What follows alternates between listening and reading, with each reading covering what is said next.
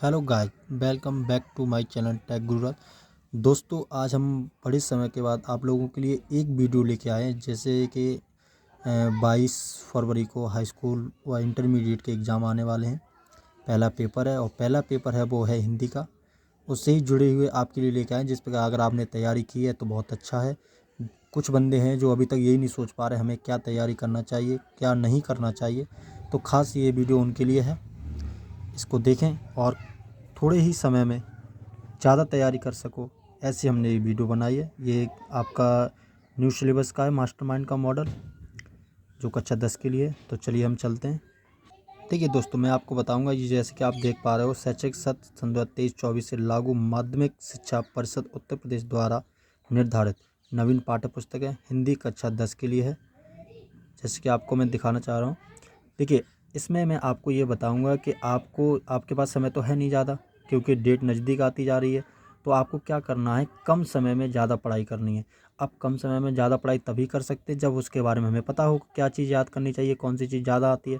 कभी कभी क्या होता है कि हम याद करते हैं और लॉन्ग लॉन्ग क्वेश्चन याद कर लेते हैं, उनका नंबर होता है 1-2। तो ऐसा नहीं करना चाहिए ना, जिसका नंबर ज़्यादा है उसको ज़्यादा समय दें, जिसके नंबर कम है उसको कम समय दें। तो चलिए हम, जैसे आपके हिंदी में 2 खंड होते हैं, खंड अ और खंड व, जैसे आप देख रहे हो। तो देखिए, खंड आ में आपको क्या करना है। जैसे कि आप सबसे पहले आप देख रहे हो, हिंदी गद्य के विकास का संक्षिप्त परिचय, शुक्ल युग तथा शुक्लोत्तर युग। अब इसमें क्या है, देखिए इसमें आपको हिंदी गद्य का संक्षिप्त परिचय देना है, यानी कि ये 5 क्वेश्चन आएंगे। यहाँ पर जैसे आप देख पा रहे हो 5 × 1, यानी कि 5 क्वेश्चन होंगे, प्रत्येक क्वेश्चन का आपका 1 नंबर होगा, तो यानी कि आपको 5 अंक मिल जाएंगे। अब जैसे कैसे, करमवीर भारती, जिनके माखनलाल चतुर्वेदी ने लिखा है, करमवीर माखनलाल चतुर्वेदी लिखा हुआ है, लेकिन यह है किसका, शुक्ल युग का है। वैसे ही अब आपका आता है हिंदी नंबर 2, हिंदी पद्य के विकास का संक्षिप्त परिचय। अब ये रीतकालीन एवं आधुनिक काल, अब इसमें कौन कौन से आते हैं, जैसे कि आप देख रहे हो भूषण जी हैं और भारतेंदु हरिश्चंद्र, ऐसे बहुत सारे जो लेखक हैं जिनके आपको इनके रीतकाल आधुनिक काल के बारे में बताना। इसके भी 5 क्वेश्चन आते हैं और प्रत्येक क्वेश्चन का 1 नंबर है, यानी कि आपको यहाँ अगर इन्होंने आपने गद्य और पद्य का इतिहास अगर आपने कवर कर लिया तो आपके 10 नंबर पूर्ण हो जाएंगे। अब आपको क्या करना है कि उसके बाद आता है काव्य सौंदर्य, नंबर 3 पर आपका आता है काव्य सौंदर्य। काव्य सौंदर्य में हमें क्या करना है, रस। अब देखिए रस, बहुत सारे बच्चे क्या, हमने जैसे देखा है कि बहुत सारे बच्चे क्या करते हैं, रस उनकी नोट्स बने हुए होते हैं उनसे ही याद करते हैं। अब हाई स्कूल लेवल पे आपके रस आते हैं, वो 2 आते हैं, हास्य रस एवं करुण रस। अब हास्य रस और एवं करुण रस आपको परिभाषा और उदाहरण व पहचान, हम किस प्रकार से हास्य रस की पहचान कर सकते हैं, क्या परिभाषा होती है, क्या उदाहरण है, वैसे ही आपको करुण रस का करना है। इसका आपको मिलेगा 1-1 नंबर। देखिए कहीं ये ऑब्जेक्टिव में भी पूछे जा सकते हैं, तो आपका 1-1 नंबर आता है। ठीक है, उसके बाद आते हैं आपके अलंकार। अलंकार में आता है आपका अर्थालंकार, उपमा, रूपक एवं उत्प्रेक्ष, लक्षण एवं उदाहरण, यानी लक्षण भी बताइए और इसका उदाहरण भी दीजिए, ये भी आपका 1 नंबर का आता है। ठीक है, उसके बाद आता है आपका ग छंद। छंद में आपके सोठा एवं रोला, ये 2 छंद आते हैं। इसमें से आपको सोटा पूछा जा सकता है या रोला पूछा जा सकता है।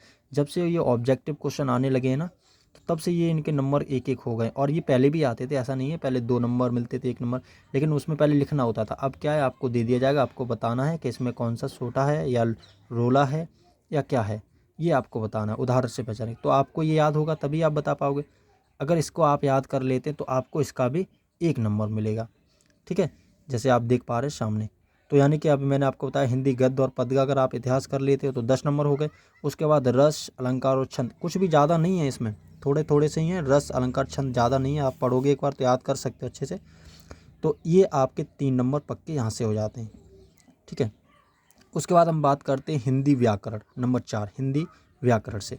अब हिंदी व्याकरण में जैसे शब्द रचना के तत्व, अब इसमें क्या आता है, उपसर्ग आता है, जैसे अ, अन, अध, अब, अन, उप, सह, निर, अभ, पर, सु इत्यादि।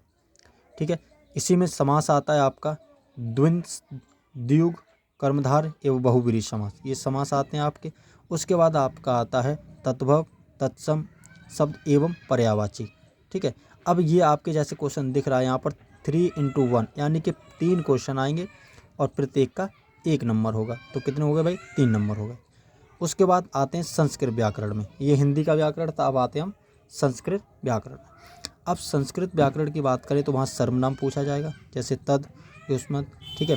वैसे ही नंबर फिर आपके आ गया वाक्य का स्वरूप। ये वाक्य स्वरूप ये भी 1 नंबर का ही होगा। वाच्य प्रयोग एवं वाच्य परिवर्तन, ठीक है, ये भी आपका 1 नंबर का ही है। अब आता है नंबर 8 पे पद परिचय, विकारी एवं अविकारी शब्द। ये भी आपके 1-1 नंबर के। यहाँ तक कि अगर बात हम करें खंड आ में तो ज़्यादातर आपके क्या है, 1-1 नंबर के ही क्वेश्चन हैं, 1-1 नंबर के ही क्वेश्चन हैं, हमने देखा। अब बात करते खंड व, वर्णनात्मक प्रश्न, ठीक है। खंड व में हम जिस प्रकार से आपको नज़दीक दिखाने की कोशिश करते हैं, देखिए क्वेश्चन नंबर पहला है गद्य हेतु निर्धारित पाठ्य पुस्तक से गद्यांश पर आधारित प्रश्न। यानी एक स्टैंजा दिया होगा, ये किसकी बात हो रही, गद्यांश यानी गद्य पाठ की, गद्य भाग की, ठीक है। तो गद्यांश का एक स्टैंजा आएगा, उसमें आपको संदर्भ लिखना है, प्रसंग लिखना है और प्रश्न भी पूछे जा सकते। ये प्रश्न ऐसे ही पूछे जाएंगे जैसे कि इस स्टैंजा का कौन संदर्भ बताइए कौन है, या इसके पाठ के रचनाकार कौन है, ये पूछे जाएंगे आपसे। तो ये कितने का होगा, इससे आपको 3 क्वेश्चन दिए जाएंगे और प्रत्येक क्वेश्चन आपका 2 नंबर का होगा, तो यानी आपके 6 अंक हो गए। उसके बाद बात करते हैं अगले की, तो 2 नंबर पे आता है आपका पद हेतु निर्धारित पाठ्य पुस्तक से पद्यांश पर आधारित प्रश्न। अब जैसे गद्य में आएंगे वैसे ही पद्यांश का, अब सिर्फ यहाँ पर पद्यांश का स्टैंजा लिखा हुआ होगा, उससे क्वेश्चन आएंगे। इसमें भी 3 क्वेश्चन आते हैं और आपके तीनों क्वेश्चन 2-2 नंबर के होते हैं, यानी इसके भी 6 नंबर आपके हो गए, ठीक है। उसके बाद आता है संस्कृत, गद्यांश का संदर्भ सहित हिंदी अनुवाद। एक संस्कृत में स्टैंजा आएगा, उसका आपको संदर्भ भी लिखना है, संदर्भ सहित का मतलब है संदर्भ भी लिखना है और उसका हिंदी अनुवाद करना है। तो ये जो आपका होगा संदर्भ सहित हिंदी अनुवाद, तो इसकी अगर हम बात करें तो ये 2 क्वेश्चन बन जाएंगे, और यानी 2 क्वेश्चन यानी संदर्भ और अनुवाद करना है, तो यानी कि ये आपके 2 और प्लस 3 यानी संदर्भ 2 नंबर का होगा और आपका जो अनुवाद है वो 3 नंबर का, यानी आपको 5 अंक मिल जाएंगे। उसी के अगले बात करते हैं तो संस्कृत पद्यांश का संदर्भ सहित हिंदी अनुवाद कीजिए। अब ये गद्यांश था, ये पद्यांश है, तो पद्यांश इसका भी करना है। इसमें भी आपको वही है, 2 नंबर मिलेंगे आपके संदर्भ के और 3 नंबर आपको अनुवाद के, तो यानी इसके भी आपके 5 नंबर हो गए। उसके बाद अगली बात करते हैं नंबर 5 की। इसमें दिया है निर्धारित खंड काव्य से कथनांक चरित्र चित्रण एवं तथा तथ्य आधारित प्रश्न। देखिए इसमें क्या है आपका, आपके नोटबुक में यानी ये मॉडल में आपको खंड काव्य दिए होंगे, वो कई होंगे, जैसे मैंने लिखा है मुक्तिदूत का लिखा है, मातृभूमि के लिए अग्र पूजा, और भी कई हैं। लेकिन इसमें एक चीज़ है कि आपको ये देख लेना है कि ये आपके ज़िला में आता है या नहीं। अगर आपके ज़िला में आता है तो ही आप लिख सकते हो, अन्यथा नहीं। अगर दूसरे ज़िला का लिख दोगे तो आपको उसके नंबर नहीं मिलेंगे, ठीक है। तो ये आपको पहले आपकी बुक में भी बता दिया होगा, जैसे मातृभूमि के लिए आता है तो ये मैनपुरी ज़िला में, इटावा में भी आता है, ठीक है। या आप हमें बता दें आप किस ज़िला से कर रहे हैं बिलोंग, तो हम आपको इसकी बता देंगे वीडियो में, ठीक है। तो ये आपका 3 नंबर का होगा, 3 क्वेश्चन बन जाते, तो यानी 3 × 1 यानी 3 अंक के हो गए। इसमें आपको पूछा जाएगा जैसे प्रथम सर्ग, द्वितीय सर्ग, तृतीय सर्ग या चरित्र चित्र पूछा जाता है इसमें, ठीक है। आगे की बात करते हैं। निर्धारित गद्य खंड की पाठ्य पुस्तक से संबंधित लेखकों का जीवन परिचय एवं उनकी प्रमुख रचनाओं का नाम लिखिए। अब क्या लिखना है इसमें, गद्य, कौन सा गद्य, अब गद्य पद आप सुनते आ रहे हैं, यानी ऊपर से ही इसमें गद्य और पद होता है, तो यानी गद्य के लेखकों का। गद्य में कौन होते हैं लेखक, जैसे आचार्य रामचंद्र शुक्ल, जयशंकर प्रसाद और रामधारी सिंह दिनकर। आप यही 3 जीवन परिचय याद कर लीजिए, आपके 5 नंबर पक्के हो जाएंगे। यही तीनों जीवन परिचय याद कर लीजिए, ठीक है। हिंदी में एक यही है कि आप अगर जितने नंबर खींच सकते हो तो हिंदी में ही खींच सकते हो। अगर आपने अच्छे से तैयारी कर ली तो आपके 70 में से 65 नंबर तो आपके पक्के ही हैं, बल्कि 70 में 70 ही। अगर आपने अच्छे से मेहनत की तो 70 में 70 ही आपके नंबर आएंगे। इसके लिए आप निश्चिंत रहिए, बस सिर्फ मेहनत करते रहिए।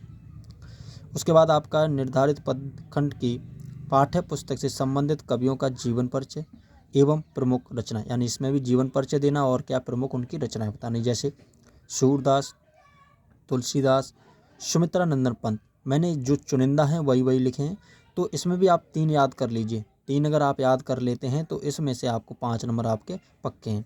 यानी गद्य और पद के अगर जीवन परिचय आप लिख देते हो तो आपके 10 नंबर पक्के हो गए। यानी जैसे कि आपको अगर गद्य में लिखना है तो आचार्य रामचंद्र शुक्ल जी हैं, जयशंकर प्रसाद जी हैं, रामधारी सिंह दिनकर जी हैं। इनके अगर तीनों को आपको याद हैं अच्छे से तो इनका जीवन परिचय और इनकी अगर रचनाएं लिख दोगे आप तो 5 नंबर मिल जाएंगे। वैसे ही सूरदास, तुलसीदास और सुमित्रा पंत ये हमने वो क्वेश्चन लिखे हैं जो ज़्यादातर पूछे जाते हैं। ठीक है, तो इनमें से अगर आप याद कर लेते हो तीनों तो आपके 100 में से 100% आपका जीवन परिचय फंस जाएगा। उसके बाद नंबर 7 पे आते हैं, तो संस्कृत खंड की पाठ्य पुस्तक से कंठस्थ एक श्लोक जो प्रश्न पत्र में ना आया हो। देखिए, अभी हमने संस्कृत भाग में आपको बताया था, जैसे संस्कृत में आएगा गद्यांश या पद्यांश, तो देखिए इसमें क्या है, एक संस्कृत का श्लोक आएगा, तो वो जो श्लोक उसमें आपकी नोटबुक में दिया उसका तो हिंदी अनुवाद करना ही है, लेकिन आपको इसमें एक संस्कृत श्लोक लिखना भी है। उसको लिखने के लिए आपको 2 संस्कृत श्लोक याद होने ही चाहिए, चाहे वो आप कौन से भी कर लें, चाहे वंदन मरड़ बाप जियो बाप पराजय व्यत समो वीर भावो ही वीरता, ये कर लीजिए, या बहुत सारे हैं जो आपको सरल लगे वो कर लें। 7 दिए हुए हैं आपको, तो उसमें से आप जो आपको सरल लगता है वो आप याद कर सकते हैं। इसके लिए आपको 2 अंक निर्धारित किए गए, तो आपको 2 अंक मिलेंगे। अब ये देखिए 2 लाइन के होते हैं, अगर आप याद कर लेते हो तो 2 लाइन में आपको 2 नंबर मिल जा रहे हैं। ठीक है, उसके बाद आगे बात करते हैं, तो पत्र लेखन। अब पत्र लेखन में क्या है, इसमें आपको पत्र लिखना होगा, किसी के भी ऊपर दे सकते हैं, तो वो पत्र लिखना है, लेकिन आपको इसके लिए 4 अंक दिए हुए हैं। इसकी वीडियो अगर आपको नहीं आता है पत्र तो आप कमेंट करें, हम आपको पत्र लिखना बता देंगे। उसके बाद नंबर 9 पर है, संस्कृत खंड की पाठ्य पुस्तक पर आधारित प्रश्नों में से किन्हीं 2 का संस्कृत में उत्तर दीजिए। अब देखिए एक एक क्वेश्चन आएगा, यानी 2 क्वेश्चन आएंगे और दोनों क्वेश्चनों के एक एक नंबर दिए जाएंगे। 2 क्वेश्चन होंगे, उनको आपको क्या करना है, संस्कृत में ही उत्तर देना है। ठीक है, संस्कृत में ही उत्तर देना है। उसके बाद बात करते हैं, लास्ट में 10 नंबर पर आता है निबंध रचना।